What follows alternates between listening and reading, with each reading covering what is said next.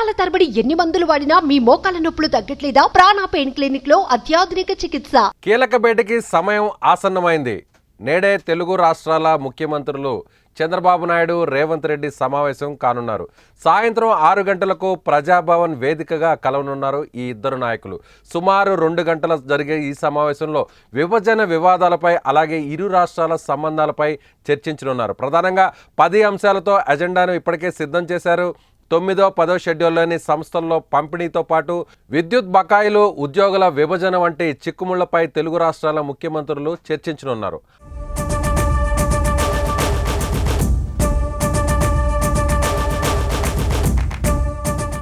అంతేకాకుండా 2 రాష్ట్రాల మధ్య 15 ఈపీఏ ప్రాజెక్టుల రుణ పంపకాలపై సమీక్ష జరగనుంది.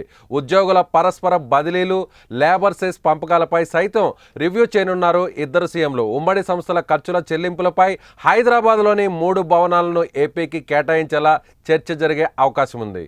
ముఖ్యమంత్రి హోదాలో చంద్రబాబు, రేవంత్ రెడ్డి మొదటిసారి కలవడం తెలుగు రాష్ట్రాల్లో ఆసక్తిగా రేపుతోంది. టీడీపీ నుంచి బలమైన నేతగా ఎదిగిన రేవంత్ రెడ్డి అతి కొద్ది కాలంలోనే చంద్రబాబుకు నమ్మిన నాయకుడిగా మారారు.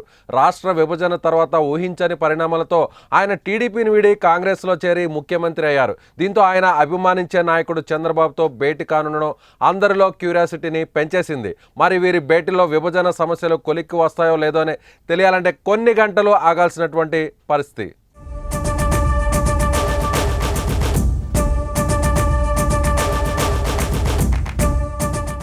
ఇక సీఎం రేవంత్ రెడ్డితో భేటీ నేపథ్యంలో చంద్రబాబు శుక్రవారం రాత్రి హైదరాబాద్కు చేరుకున్నారు. ఢిల్లీ పర్యటన ముగించుకొని ప్రత్యేక విమానంలో రాత్రి 7:20 చంద్రబాబు హైదరాబాద్కు వచ్చారు. ఆయనకు విమానాశ్రయంలో ఘన స్వాగతం లభించింది. టీటీడీపీ నేతలు, కార్యకర్తలు, అభిమానులు భారీగా తరలి వచ్చారు. క్రేన్తో భారీ గజమాల వేసి మరీ అభిమానాన్ని చాటుకున్నారు.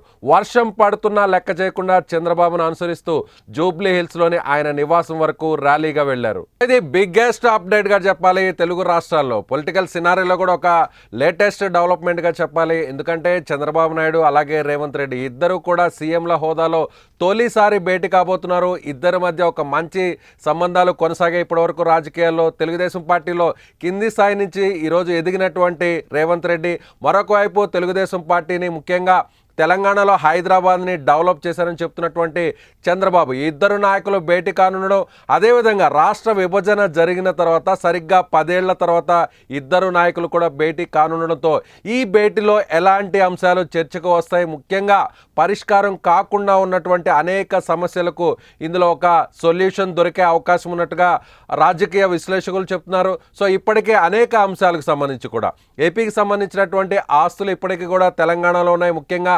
హైదరాబాద్లో ఉన్నాయి. ఈ అంశానికి సంబంధించి ఇంకా కూడా పెండింగ్ అలాగే ఉంది. కాబట్టి వీటికి ఒక సొల్యూషన్ కూడా దొరికే అవకాశం ఉన్నట్లుగా పొలిటికల్ విశ్లేషకులు చెప్తున్నారు. మరొక వైపు చంద్రబాబు అటు ముఖ్యమంత్రి అయిన తర్వాత 4వసారి ముఖ్యమంత్రి అయిన తర్వాత హైదరాబాద్కు వచ్చారు. హైదరాబాద్కు వచ్చిన తర్వాత కూడా భారీగా ఘన స్వాగతం పలికారు. సో హైదరాబాద్ అంతా కూడా తెలుగుదేశం పార్టీకి సంబంధించినటువంటి జెండాలతో మొత్తం అంతా కూడా ఈ ప్రాంతం అంతా కూడా నిండిపోయింది.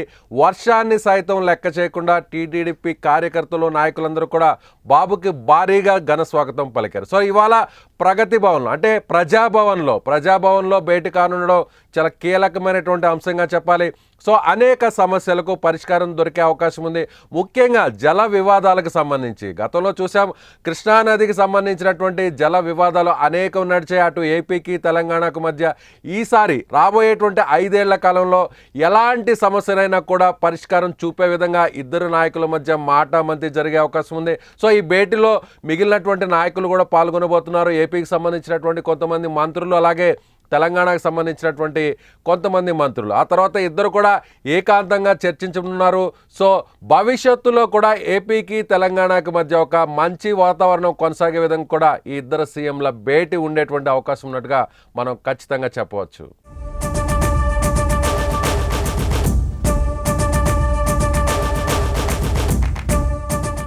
సుమన్ టీవీలో మీ పర్సనల్ అండ్ బిజినెస్ ప్రమోషన్స్ కోసం కింది నెంబర్కి కాంటాక్ట్ చేయండి.